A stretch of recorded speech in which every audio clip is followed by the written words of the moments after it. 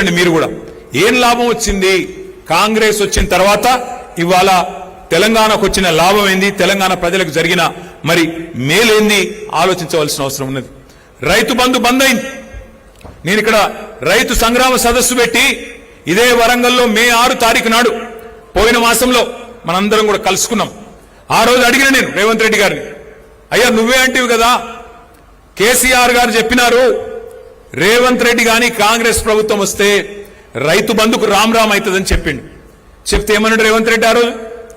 మేమేమన్నా దిమాగ్ లేని వాళ్ళమా, మేమేమన్నా దివానాగాళ్ళమా, రైతు బంధు ఎందుకు బంద్ అవుతుందా అని మాట్లాడిండు. ఇవాళ నేను అడుగుతా ఉన్నా రేవంత్ రెడ్డి గారిని, 3 సార్లు రైతు బంధు ఎగ్గొట్టినోని ఏమనాలి? మరి ఏమనాలో గదే అనాలి. ఒక మాట మనం ఆలోచించవలసిన అవసరం ఉన్నది. ఒక రైతు బంధు ఎగ్గొట్టడం మాత్రమే కాదు, ఆఖరికి యూరియా ఇచ్చే దిక్కులేదు ఈరోజు. కేసీఆర్ గారి పరిపాలనలో ఒక్క ఫోన్ కొడితే ఒక ఆటో అన్నకో ఆటో తమ్మునికో పొలం కాడికి వచ్చి యూరియా వేసిపోతుండే. ఇవాళ పరిస్థితి ఏంది? మళ్ళా యూరియా కోసం లైన్లలో నిలబడే రోజులు వచ్చినాయి. మా సత్యవతి రాథోడ్ గారు కూడా పోయి మన లైన్లో నిలబడ్డది, అక్క నాకు కూడా యూరియా కావాలి నా పొలానికి అని చెప్పి. ఒక పరిస్థితి ఇవాళ తెలంగాణలో కనబడతా ఉన్నది. ఈ 30 నెలల్లో జరిగిన వినాశనం, ఈ 30 నెలల కాంగ్రెస్ పరిపాలనలో చూస్తున్న విషాదం బహుశా ఎవరు కూడా ఊహించలేదు, ఎవరు కూడా కనీసం ఆలోచనలకు కూడా రాలేదు. ఏమనుకున్నారు ప్రజలు? ఏమైతే రమేష్ పోతే ఇంకొక ఆయన వస్తాడు, ఏమున్నది పైన బటన్ ఒత్తితే కింద పైసలు పడుతూనే ఉంటాయి అని ప్రజలు కూడా అనుకున్నారు. రైతు బంధు అర్థం కాలే, కేసీఆర్ చేసిన పని అర్థం కాలే, 24 గంటల కరెంటు మర్చిపోయే పరిస్థితి. కానీ ఇవాళ ఒక్కొక్కటిగా అన్ని గుర్తొస్తున్నాయి. అందుకే నేను రమేష్ అన్నకు చెప్పిన, అన్న ఏం నష్టం లేదు, మనకేం వచ్చిన ఇబ్బంది లేదు.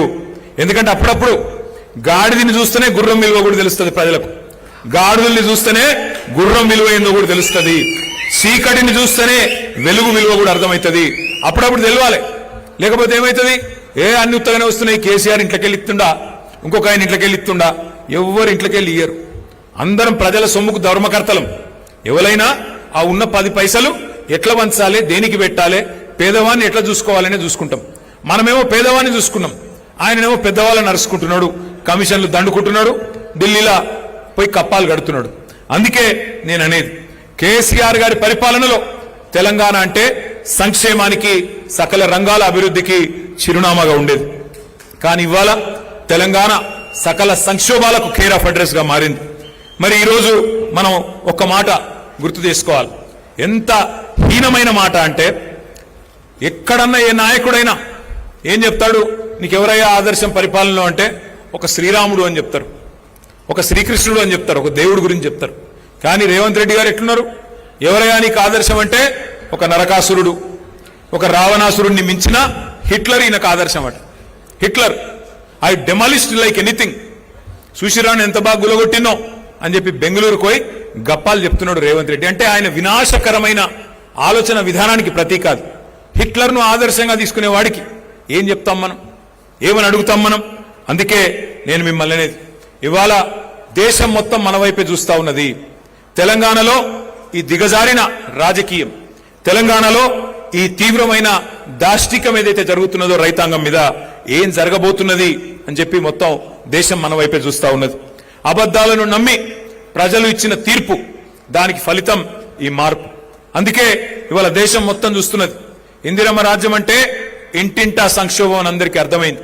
మరి మనందరి మనసులో నిండా ఉంది, మళ్ళా కేసీఆర్ సార్ రావాలి, మళ్ళా వర్ధనపేటలో గులాబీ జెండా ఎగరాలి, మళ్ళా ఆరూరు రమేష్ గారు మళ్ళా మీ నాయకత్వంలో మీ అందరి అభిమానంతో తప్పకుండా తిరిగి ఎమ్మెల్యే కావాలి అనే కోరిక మీ అందరికి ఉన్నది. కానీ కోరిక కేవలం మనసులో ఉంటే సరిపోదు. గట్టిగా మనం పనిచేస్తేనే, గట్టిగా మనం ముందుకు వస్తేనే రేపటి రోజున ఫలితం కూడా వచ్చే అవకాశం ఉంది. వాళ్ళ రైతులు తీవ్ర సంక్షోభంలో ఉన్నారు.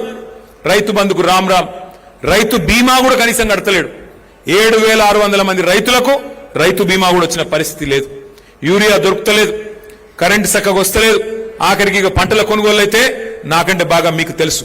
కానీ మీకు ఒక మాట చూపెట్టాలి, నేను కూడా ఒక వీడియో తెచ్చిన. పంటల కొనుగోలు విషయంలో కాంగ్రెస్ పార్టీ ప్రతిపక్షంలో ఉన్నప్పుడు ఏం చెప్పింది, వ్యవసాయం గురించి ఏం చెప్పిందో ఒక్కసారి ఆ వీడియో ప్లే చేయాలని మా తమ్ముళ్ళని నేను కోరుతా ఉన్నా. నేను అడుగుతున్నా, నరేంద్ర మోడీ ఒట్లు కొనేది ఉంటే నువ్వేమన్నా బ్రోకర్ గారివి దళారీ పని చేస్తావా? రాష్ట్ర ప్రభుత్వం ప్రభుత్వం దగ్గర డబ్బులు లేవా? 2.5 లక్షల కోట్ల రూపాయల బడ్జెట్ ఉన్నప్పుడు రైతుల దగ్గర కొనాల్సింది నువ్వు. ఇక్కడున్న పేదలు, ఇక్కడున్న రైతులు, ఇక్కడున్న యువకులు, ఇక్కడున్న మహిళలు, ఇక్కడున్న దళితులు, గిరిజనులు, బలహీన వర్గాల బిడ్డలు నీకు ఓటేసి నిన్ను ముఖ్యమంత్రిని చేస్తే నువ్వు కొనకుండా మోడీ కొనాలి, బోడిగాడు కొనాలి అని మోకాలకు బోడిగుండుకు లింకు పెట్టి మాట్లాడుతుండే రాష్ట్ర ముఖ్యమంత్రి. నువ్వు ఒట్లు కొననప్పుడు నీకు గద్దె మీద ఉండే అధికారం లేదు కేసీఆర్. నేను ఈ వేదిక మీద నుంచి మా పెద్దల అనుమతితో చెప్తున్నా, 10,000 కోట్ల రూపాయలు మాకి, మా కాంగ్రెస్ పార్టీ చివరి గింజ వరకు వరి ధాన్యం కొంటుంది, విదేశాలకు ఎగుమతి చేసి రైతులకు గిట్టుబాటు ధర, మంచి ధర 1960 రూపాయలే కాదు 500 రూపాయల అదనపు బోనస్. ఛత్తీస్గఢ్ లో ఎట్లయితే మా భూపేష్ బఘేల్ ముఖ్యమంత్రి ఇస్తుండో 500 రూపాయల అదనంగా బోనస్ ఇస్తాం. ఇప్పుడు ఏం మాట్లాడిండో విన్నారా? ముఖ్యమంత్రిని పట్టుకొని ఆ రోజు కేసీఆర్ గారిని పట్టుకొని బ్రోకర్ అన్నాడు. నువ్వేమన్నా బ్రోకర్వా? మోడీ కొంటేనే నువ్వు కొంటావా? 2.5 లక్షల కోట్ల బడ్జెట్ ఉంది, ఎందుకు కొనో వడ్లు అన్నాడు. కొన్నాడా మరి మొన్న వడ్లు? కొన్నాడా కొనలేదా? మక్కలు కొన్నాడా? ఎన్ని రోజులు ఎదురు చూపులు? 60 రోజులు. నిన్నగాక మొన్న కేబినెట్లో నిర్ణయం తీసుకున్నాడు. ఏం నిర్ణయం తీసుకున్నాడు? మోడీ ఎంత కొనమంటే గంతే కొంటా, మోడీ నాకు ఎంత కోటా ఇస్తే గంతే కోటా. ఇప్పుడే తెలియదు మీకు, వచ్చే సీజన్లో తెలుస్తుంది. ఇప్పుడు తెలియదు మనకు, వచ్చే సీజన్లో రైతులకు అర్థమవుతుంది రేవంత్ రెడ్డి గారు తీసుకున్న నిర్ణయం. ఇవాళ ఆయన మాట్లాడిన మాటలు మీరు విన్నారు. 10,000 కోట్ల రూపాయలు ఇస్తే చివరి గింజ దాకా మేమే కొంటాం, ప్రతి పంటకు బోనస్ ఇస్తాం. పత్తికి బోనస్, శనగలకు బోనస్, కందులకు బోనస్, జొన్నలకు బోనస్, వడ్లకు బోనస్, మక్కలకు బోనస్, అన్నిటికీ 500 రూపాయల బోనస్ ఇస్తాం. అట్లాగే వడ్లల్లో కూడా ఆ రోజు చెప్పలే, దొడ్డు వడ్లకి ఇస్తా అన్నాడు, సన్న వడ్లకి ఇస్తా అన్నాడు. కానీ ఇవాళ పరిస్థితి ఏంది? దేనికన్నా బోనస్ వస్తుందా?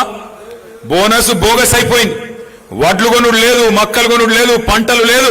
ఆఖరికి మోడీ చెప్పినట్టు ఆయన ఎంత కొనమంటే ఎంత కోటా ఇస్తే అంతకే కొంటా అంటున్నాడు ముఖ్యమంత్రి రేవంత్ రెడ్డి.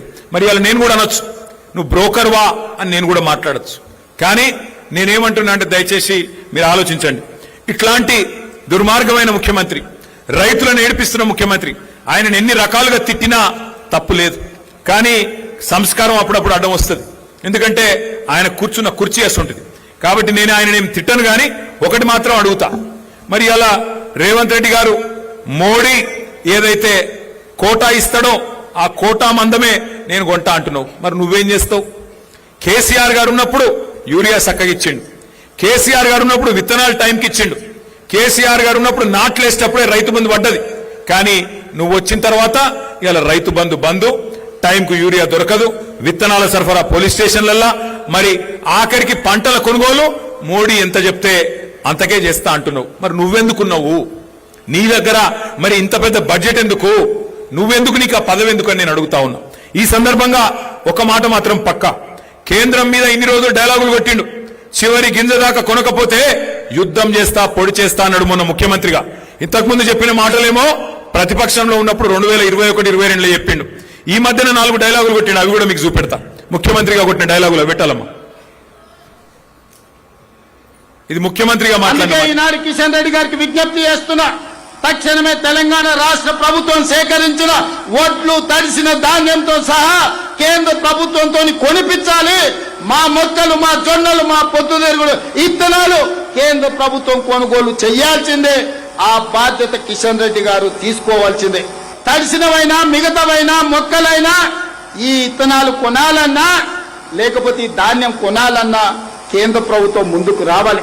పంటల కొనుగోలు కూడా ఇందాక ఉత్తమ్ గారు చెప్పినట్టుగా కేంద్ర ప్రభుత్వం యొక్క విధి విధానాలకు అనుగుణంగానే తెలంగాణ రాష్ట్రంలో కూడా భవిష్యత్తు పంటల కొనుగోళ్లు ఉంటాయి. కేంద్ర ప్రభుత్వం యొక్క విధి విధానాలకు అనుగుణంగానే తెలంగాణ రాష్ట్రంలో కూడా భవిష్యత్తు పంటల కొనుగోళ్లు ఉంటాయి. అందుకే ఈనాడు కిషన్ రెడ్డి ఏమన్నాడు మొన్న? చివరి గింజ దాకా కొనాలి, కొనకపోతే కిషన్ రెడ్డి సంగతి చూస్తా, కేంద్ర ప్రభుత్వ సంగతి చూస్తా, ఇది చేస్తా అది చేస్తా అని చెప్పి తీస్మార్ ఖాన్ డైలాగులు కొట్టిండు మొన్నటిదాకా. ఇప్పుడేమంటున్నాడు? లేదు లేదు, కేంద్రం మీద యుద్ధం చేస్తా, పొడి చేస్తా, నరికేస్తా అన్నాడు. ఇలా అదేం లేదు, ఆఖరికి నువ్వు ఎంత అంటే అంతనే బాంచనని చెప్పి ఇలా బుడ్డర్ ఖాన్ మాటలు మాట్లాడుతున్నాడు రేవంత్ రెడ్డి. అందుకే నేను అనేది, మనమే మళ్ళీ విజృంభిస్తే తప్ప, మనమే మళ్ళీ కదం దొక్కితే తప్ప ఈ ప్రభుత్వం మారదు, వాళ్ళ ఆలోచన విధానం మారదు. ఒక మాట మాత్రం నేను మీకు చెప్పాలా, ఇవాళ ఏ కాంగ్రెస్ వాడైనా, మీ ఎమ్మెల్యే నాగరాజ్ అయినా, రేవంత్ రెడ్డి అయినా, అందరూ ఒకటి అబద్ధం నేర్చుకున్నారు, మంచి డైలాగ్ నేర్చుకున్నారు. ఏమైందా, పథకాలు ఎందుకు అమలు చేస్తలేరు అంటే, మొత్తం అప్పులపాలైపోయింది, ఆగమైపోయింది, మేమేం చేస్తాం, మా చేతిలో షిప్ ఉన్నది, ఏం చేయాలి, ఏడికెళ్ళి చేయాలి అని మాట్లాడుతున్నారు. ఒక మాట దయచేసి మీరందరూ కూడా మనసుకి ఎక్కించుకోవాలి, ఊర్లలో చెప్పాలి, చర్చ పెట్టాలి. ఎస్ అనుకుందాం, ఒక్క నిమిషం నువ్వు మీరు చెప్పే అబద్ధం ఒక్క నిమిషం నిజమే అనుకుందాం. కేసీఆర్ అప్పుల పాలు చేసిపోయిండు అంటారు మీరు. వెనకటికి ఎవడో ముఖం బాగా లేకపోతే అద్దం బల్ల కొట్టుకున్నాడట. అట్లా వీళ్ళు కూడా పాలన చేతగాక, పరిపాలించేది చేతగాక, నడిపే దమ్ము లేక, పథకాలిచ్చే తెలివి లేక ఇలా కేసీఆర్ గారిని బదనాం చేస్తున్నారు. కానీ ఒక నిమిషం మీరు చెప్పేది నిజమే అనుకుందాం, దబ్బన నిజమే అనుకుందాం. ఏం చేసిండు మరి కేసీఆర్ గారు? అప్పు చేసి 2,80,000 కోట్లు అప్పు చేసిండు కేసీఆర్. ఏం చేసిండు అంటే 1,00,000 కోట్ల రూపాయలు రైతుల ఖాతాల్లో డైరెక్ట్ గా వాళ్ళ ఖాతాలలోనే వేసిండు కేసీఆర్. స్వాతంత్ర భారతదేశ చరిత్రలో ఏ నాయకుడు చేయలే. 11 సార్లు రైతు బంధించి 70 లక్షల రైతుల ఖాతాల్లో 73,000 కోట్లు వాళ్ళ ఖాతాల్లోనే డైరెక్ట్ గా, వాళ్ళు అడగకుండా, దరఖాస్తు పెట్టకుండా, దండం పెట్టకుండా, దఫ్తర్ కోకుండా డైరెక్ట్ గా వాళ్ళ ఖాతాల్లో వేసిన ఒకే ఒక్క నాయకుడు కేసీఆర్. 2 సార్లు రుణమాఫీ చేసిండు, లక్ష రెండిటి కలిపితే 29,000 కోట్లు. అంటే ఒక రుణమాఫీ, ఒక రైతు బంధు కలిపితేనే 1,02,000 కోట్లు రైతుల ఖాతాల్లో వేసిన నాయకుడు కేసీఆర్. అట్లాగే మొత్తం 24 గంటల కరెంటు మనకిచ్చేతందుకు రైతులకు కాంగ్రెస్ ఉన్ననాడు కరెంటే దిక్కులేదు. మరి అట్లాంటిది కేసీఆర్ గారు వచ్చిన తర్వాత 50,000 కోట్ల రూపాయలు, సంవత్సరానికి 5,000 కోట్ల రూపాయలు చొప్పున ఉచిత కరెంటుకు రైతులకు ఇవ్వడానికి 50,000 కోట్లు ఖర్చు పెట్టిండు. ఇంకొక 1,00,000 కోట్ల రూపాయలు కేసీఆర్ గారు మరి మన రాష్ట్రంలో ఉన్న విద్యుత్ పంపిణీ వ్యవస్థను మంచిగా చేసేందుకు పెట్టిండు. అంటే ఒక రైతులకు కరెంట్ ఇచ్చేందుకే 1,50,000 కోట్లు. అవును, కేసీఆర్ అప్పు చేసిండు. ఏం చేసిండు? రైతులకు బ్రహ్మాండంగా కాళేశ్వరం అనే ప్రాజెక్టు కట్టి 40 లక్షల ఎకరాలకు నీళ్లిచ్చి తెలంగాణలో ఒక్క రంగారెడ్డి మహబూబ్ నగర్ జిల్లా తప్ప 8 జిల్లాలకు ఇవాళ కాళేశ్వరంతోని నీళ్ల వల్ల లాభం జరిగింది. హైదరాబాద్ తాగునీటితో సహా కాళేశ్వరం ప్రాజెక్టు వల్ల 1,00,000 కోట్లు పెడితే 8 జిల్లాలకు లాభం జరిగింది, పాత 8 జిల్లాలకు. అట్లాగే కేసీఆర్ అప్పు చేసిండు, నిజమే అనుకుందాం. 1022 గురుకుల పాఠశాలలు పెట్టిండు కేసీఆర్. 1 కాదు, 2 కాదు, మన పిల్లలకు 6.5 లక్షల మంది పిల్లలకు ఒక్కొక్క పిల్లోడి మీద 1,20,000 రూపాయలు ఖర్చు పెట్టి వాళ్లకు మంచి విద్యా బుద్ధులు నేర్పించిండు కేసీఆర్. అవును, కేసీఆర్ అప్పు చేసిండు. ఏం చేసిండు? 14 లక్షల మంది పిల్లలకు, ఆడపిల్లలకు ఒక మేనమామ లాగా కళ్యాణ లక్ష్మి, షాదీ ముబారక్ పేరు మీద ఒక్కొక్కరికి 1,00,000 రూపాయలు ఇచ్చి లగ్గం చేసిండు కేసీఆర్. అవును, కేసీఆర్ అప్పు చేసిండు. 15 లక్షల మందికి ఆడపిల్ల పుడితే 13,000, మగపిల్లగాడు పుడితే 12,000 రూపాయలు ఇచ్చిండు కేసీఆర్. అవును, కేసీఆర్ అప్పు చేసిండు. చేసి ఏం చేసిండు? 200 రూపాయల పెన్షన్ ను 2,000 చేసిండు. 46 లక్షల మందికి పెన్షన్లు ఇచ్చిండు కేసీఆర్.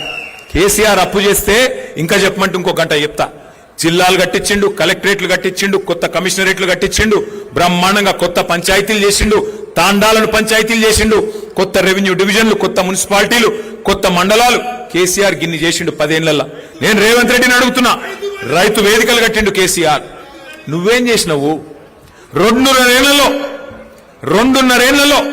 4 లక్షల కోట్లు అప్పు చేసిండు రేవంత్ రెడ్డి. 4 లక్షల కోట్లు. కేసీఆర్ 10 ఏళ్లలో 2,80,000 కోట్లు అప్పు చేస్తే ఈయన 2.5 ఏళ్లలో 4 లక్షల కోట్లు అప్పు చేసిండు.